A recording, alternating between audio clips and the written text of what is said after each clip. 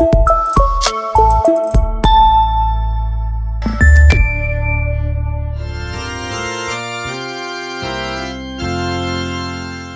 mofinaina isan'andro atolotry ny mpitandrina rakotina valina maoly.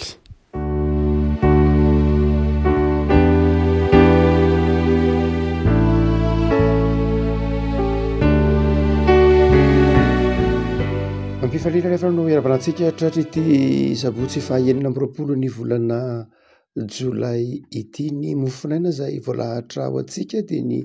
filazan-tsaramasina araka ny matio toko fahasivy, matio toko fahasivy andininy fahasivy ka hatramin'ny andininy fahatelo ambin'ny folo. Matio toko fahasivy andininy fahasivy ka hatramin'ny fahatelo ambin'ny folo vakina amin'ny anaran'i Jesosy ry havako. Ary noho ny alina teo Jesosy dia nahita lehilahy atao hoe Matio nipetraka teo amin'ny mpamoron-ketra ka hoy izy taminy, andeha hanaraka ahy. Dia nitsangana Matio ka nanaraka azy. Ary raha nipetraka nihinana atao an-trano izy. Indreo nisy mpanota sy mpamory hetra maro ka niara-nipetraka tamin'i Jesosy mba mampianatra. Ary ny fariseurna nahita izany dia niteny tamin'ny mpianatra hoe nahoana kosa ny mpampianatra anareo no miara-komana amin'ny mpamory hetra sy ny mpanota. Ary raha nare izany Jesosy dia nanao hoe tsy ny finaritra ny mila mpanao fanafody fa ny marary. Fa mandehana ka mianara izay hevitry ny teny hoe famindram-po no sitrako fa tsy fanatitra alatsatra, fa tsy tonga hiantsony marina aho fa ny mpanota. Ray Masino manamasinana amin'ny fahamarinana ny teninao ny fahamarinana. Amen. Revana rapitso moa ny fantatsika ny famoahana ireo mpanompon'Andriamanitra hiasa any amin'ny sahan'ny fiangonana ho an'ny fiangonan'i Jesosy Kristy eto Madagasikara. Ary dia tandrify indrindra izany antso izany ity mofinaina ity ao anatin'ny herinandro nandray volana mikasika ny fiantsoana raha teo isika ry havako. Amin'ity Matio toko fahasivy ity dia ny fitantaran'ny Matio ny fiantsoana azy no tantarainy. Marina fa tsy Matio ihany no tantara ity fa i Marka sy Luka koa dia mitantara ity ny antsoana ny Matio ity na ny antsoana ny Levy. Mitantara ny tenany izany eto Matio mitantara ny fomba ny antsoana azy. Marina fa ao amin'ny Marka dia tsy resahin'ny Marka loatra ny fifanenany tamin'i Jesosy. Na i Luka koa dia tsy miresaka loatra an'izay fa Matio eto dia mitantara mijoro vavolombelona ny antsoan'i Jesosy azy ho apôstôly. Misy lalan-javatra roa lehibe ary manamarika ity fiantsoana an'i Matio ity. Voalohany indrindra dia Matio eo am-perinasa no nitenenin'i Jesosy hoe andao ianao hanaraka ahy. Mandrakariva ny fijery jeren'ny olona ny hoe zany antson'Andriamanitra zany ve tsy olona malaladalaka amin'ny fotoana vao afaka manao an'izany, zany antson'Andriamanitra zany nge olona manam-potoana, olona maivamaivana amin'ny andraikitra, olona indraindray mety ho jeren'ny olona mihitsy zany hoe antson'Andriamanitra zany dia ho an'ny olona izay andeha ataontsika hoe atonontonony koa aza indraindray amin'ny fahalalana hoe manam-pahaizana be io ve ianao dia hanompo an'Andriamanitra, andeha hanao mpitandrina, hanao pastera, hanao pastora na hanao pretra, manana pahaizana be ny heverin'ny olona fa ho an'ny olona atonontonony amin'ny fijery andavanandro hoe aiza ve dia hanompan'Andriamanitra ve ianao dia andeha hanao antsony mampitandrina ve ianao dia olona nahita fianarana, nanao fianarana ambony tsy aleo ve zany ho an'ny olona tsotsotra na koa mety hoe tsy hoe ho an'ny olona tsotsotra ihany koa, mety hoe indraindray ho an'ny raharaha ny olona sanatria aleo ho an'ny olona avy any ambanivohitra zany, aleo ho an'ny olona mety ho tonontonony koa aza amin'ny fahalalana, amin'ny faham-pianarana sy ny sisa, mety ho zany ny ndraindray ny fijerin'ny olona na ny fijerintsika ankehitriny ny antso anao zany asa fanompona izany. Dia ahitsy ny Matio tsara eto fa zany Matio zany dia mpamory hetra. Raha ohatra ka jerena amin'ny laharana ho anivon'ny fiarahamonina dia olona ambony zany. Raha amin'izao andro ianantsika izao dia faravaratsiny ho inspecteur des impôts. Tsy dia olona tsotra koa ny inspecteur des impôts raha mitsika amin'ny resaka izao, fa nandalo fianarana ambony ho farafahakeliny zany. dia olona nahita fianarana na falafakeliny zany nianatra fito taona 20 taona taoriana ny baccalauréat ary dia tsy hoe raha kely indrindra dia tahaka zany keo isika vanim-potoana ankehitriny rehefa miteny hoe azafady rehefa miteny hoe impôt tsy de olona hoe tsy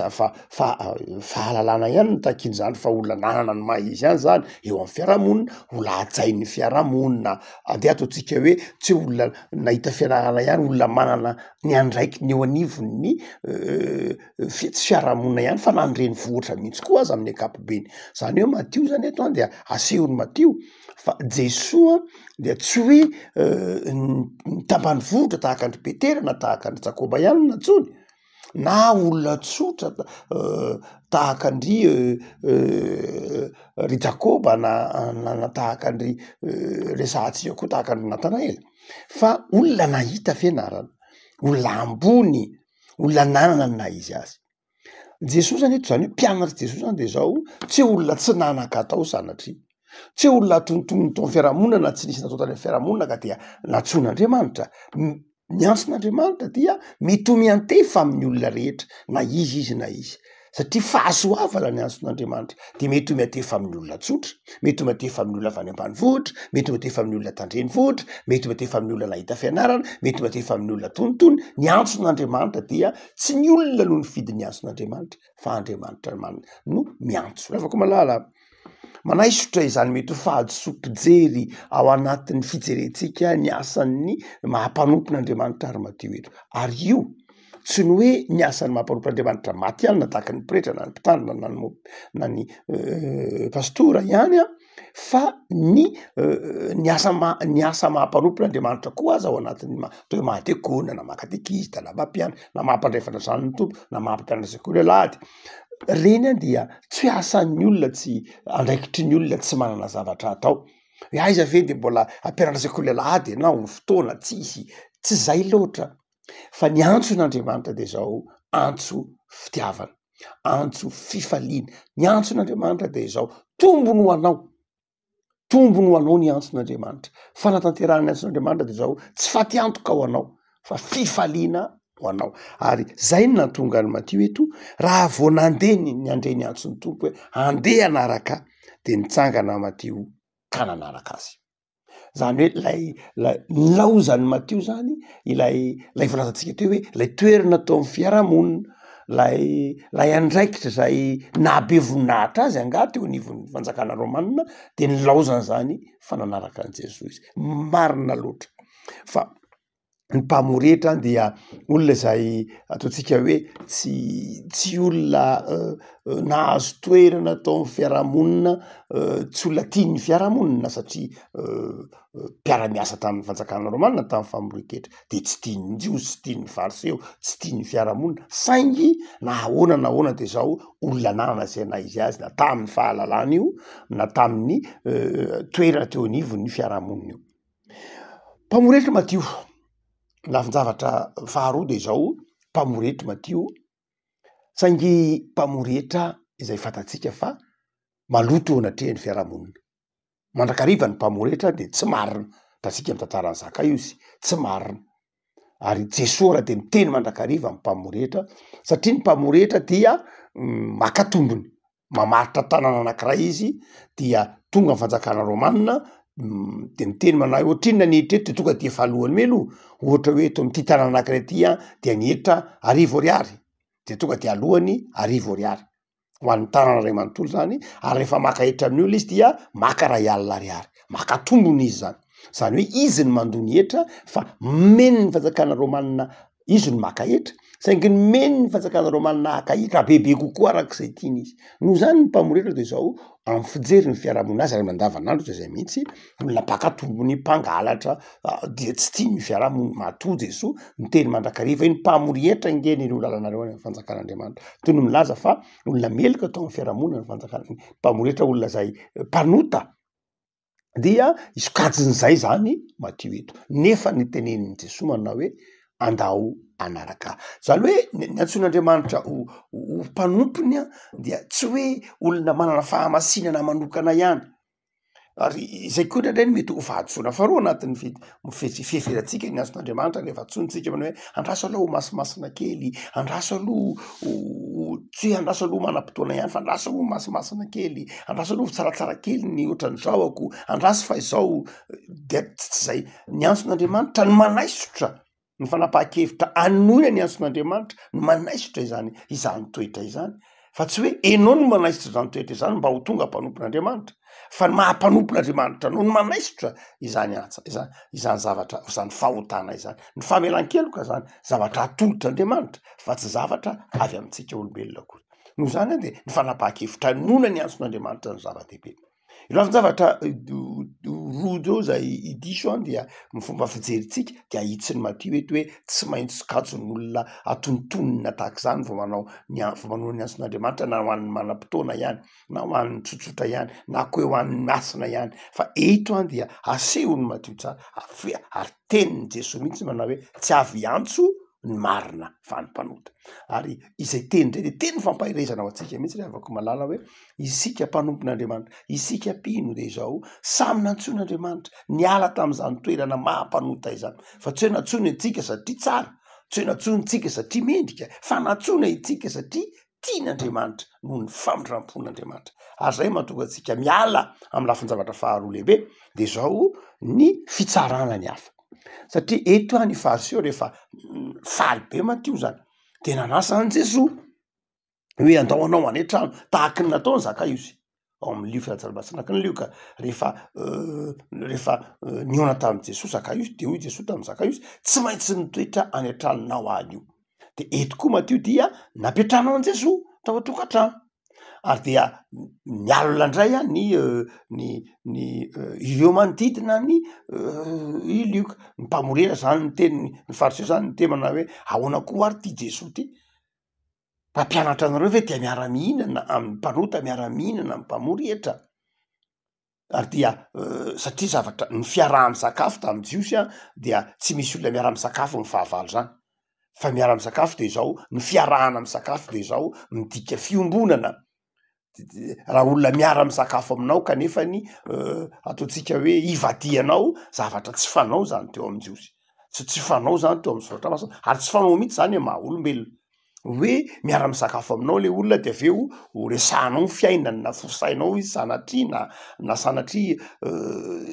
mamatoa ny sakafo de marika mitondra fiombonana tahaka ny fiombonanaina, zay ny dikany hoe fiarahana misakafo. Tsy hoe amin'ny vahiny amin'ny tandrefana ihany zany, fa na dia amin'ny tsika malagasy raha mitemana hoe ray vatsy ray aina, zany hoe ray sakafo de ray aina. Ny fiarahana amin'ny sakafo de mariky ny fianakaviana iray, mariky ny fiombonanaina, ka tsy dia tokony hoe matoa anao manasa olona miara-misakafo aminao na matoa anao mitondra ny namanao miara-misakafo aminao de mariky ny fiombonana zany, mariky ny fifankatiavana zany, mariky ny firaisana iny zany. Ary dia zay nahagaga ny fariseo tamin'i Jesosy manao hoe ahoana ianao toy ny miombonaina, mba ampianatra anareo miombonaina miray aina mifankaty amin'ny mpamorera zay mpanota alan'ny fiarahamonina tsy mendrika eo anivon'ny fiarahamonina. Dia Jesosy zany eto no nanazava Jesosy zany eto manao hoe diso ange nareo fa tsy ny finaritra mila mpanao fanafody fa ny marary. Zany hoe tsy ny salama akory ny mila mpanao fanafody fa ny marary. Ny raisin'i Jesosy zany napetraky Jesosy ho toy ny marary eto levina matio. Ny raisin'i Jesosy zany hoe raha mahita mpanota ianao, raha mahita olona diso ianao, raha mahita olona tsy mendrika ianao de zao tsy ny fitsarana azy ho ratsy ny zava-dehibe fa ny fitserana. Raha mahita olona mety ho fatorany fahotana ianao, fatorany zava-pisotro mahamamina, fatorany zava-mahadomela na fatorana fahazarana maro samihafa de zao tsy ny fahatezerana ny voalohany maika, tsy ny fitsarana ny voalohany maika fa ny fitserana. Fitserana satria marary. Ny fahotana de zao aretina. Amin' Jesosy ny fahotana dia aretina. zay mahatonga hoe nitondra ny aretitsika izy lay teny hoe aretitsika tsy hoe aretina ihany hoe aretiny tsy fahasalamany ny nofo fa aretiny tsy fahasalamany ny fanako netiny Jesoa ny fahotana dia areto Jesoa zany dia mieritreritra ny fahotana ho aretina ary mieritreritra ny matio ho marary de zay natonga azy mieritreritra ny mpanota ho marary dia Jesoa no mijoro eto ho mpanasitrana ny marary, mpanasitrana ny mpanota, mpanasitrana reo zay fatorany ota. Afaka malala am'ty herinandro mifarana ity de Jesoa eto lay ambarany madio hoe mpanao fanafody eto dokotera ninony Jesoa, dokotera ara-panahy, dokotera manasitrana ny olona amin'ny tsy ny fahotana tsy ny aretina ranofo ihany ny sitranin Jesoa fa ny areti-panahy koa be de be ny olona zay manana areti-panahy mamatotra azy tia mandainga tia miresak'olona be de be ny areti-panahy mety manana fijery mihiba mandrakariva amin'ny fiainany tenany tsy manana fifaliana amin'ny isan'andro mora manakina ny hafa mora mitsara ny hafa mieritreritra ny tena ho tsara mandrakariva noho ny hafa mieritreritra ny tena ho mendrika sy ambony mandrakariva noho ny hafa misy manana areti-panahy tahaka zany ary dia ho Jesoa eto manao hoe izy ny fanafody. Raha afaka malala zava-dehibe zay ampianariny Mateo tsika etsany de zao io Jesoa atsika io ty atsika zava-dehibe amin'io Jesoa atsika io dia ny fijerana raha manoloana olona mpanota ianao de zao ny voalohany de zao aza ny tsara fa ny fijerana azy tsy satria ny fivavahana de zao tsy lay forme tsy lay endrika ivelany aloha ny zava-dehibe fa ny fivavahana de zao lay fitiavana zay mahatonga an Jesoa eto ny teny mandana mianatry ny hevitry ny hoe ny famindram-po no sitrako fa tsy ny fanatitra latsaza rehefa miteny hoe fanatitra latsaka de lay ritra zany lay seremonia zany hoe ny fivavahana tsy lay fombafomba tsy iny zany ny voalohany fa lay fofeny fitiavana zay le hoe ny famindram-po no sitrako ny fivavahana de zao lay fitiavana lay famelan-keloka lay fiombonana zany ny tena voiziny sotoavina voziny atsony hoe fivavahana fa herinandro afaka malala soran'Andriamanitra ty efa men'Andriamanitra herinandro vaovao indray de matoky ny fitiavan'Andriamanitra fa tian'Andriamanitra ianao na iza amin'ny toerana misy ianao io de tian'Andriamanitra ianao ilain'Andriamanitra ianao ary itseran'Andriamanitra ianao noho zany de zao mandehana koa mba tia ny olona rehetra mitsetra ny olona rehetra mamindra fo amin'ny olona rehetra mamela ny eloka ny olona rehetra arak'izay tenenany Jesoa manao hoe aoka ho mpamindra fo ianareo tahaka an'Andriamanitra mpamindra fo. Vavaksika tompo am'soranao zay ny amin'ny soratra masina zay mampahiry anay tokony ananana toe-po tia namana mitsetra tsy mainka hitsara tsy mainka hanilika tsy mainka hanameloka hijery ny fahasambaran'ny hafa ho fahasambaranay fa tsy hijery ny fandraisan'ny hafanao ho fahavoazana tompo de mivavaka mba omenao anay ny fo mahay miombona fifaliana amin'ny hafa omenao anay ny fo misokatra ka iara-mifaly am'izay mifaly iaraka ory am'izay ory dia mivavaka zay tompo ampahirezo misaotra amin'ny am'ty herinandro zay nomenao anay ty misaotra amin'ny herinandro vaovao zay omenao anay dia mametraky zany sady ampiarahaminao zay mba ho herinandro ny famindram-po ity herinandro ity mivavaka zay ho anareo zay ho anareo mpitandrina sy mpampianatra zay tsofina